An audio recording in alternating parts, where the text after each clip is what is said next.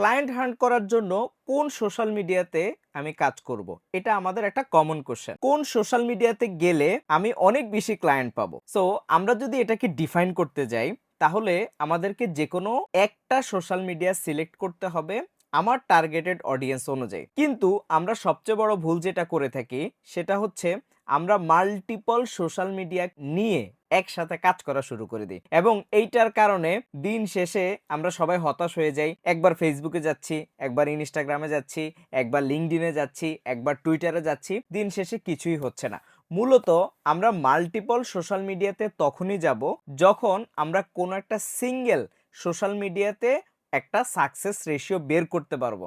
কারণ একই সাথে যদি আপনি সব ঘাটের পানি খেতে যান, তাহলে কিন্তু আপনি দিন শেষে কোনোটা থেকেই ভালো রেজাল্ট পাবেন না। তাই প্রথম অবস্থায় একটা সোশ্যাল মিডিয়া অ্যাকাউন্ট সিলেক্ট করুন।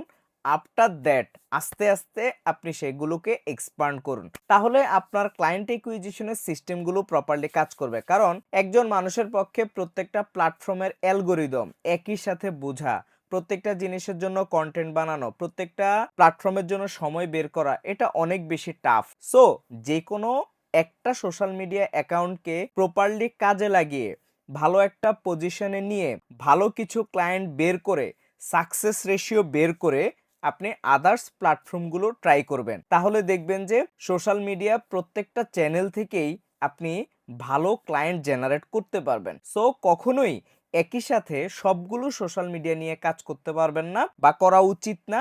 প্রথমে একটা সিলেক্ট করুন, আফটার দ্যাট আপনি আস্তে আস্তে বাকিগুলোকে ধরবেন এবং সেগুলোকে অপটিমাইজ করে কাজ করা শুরু করবেন।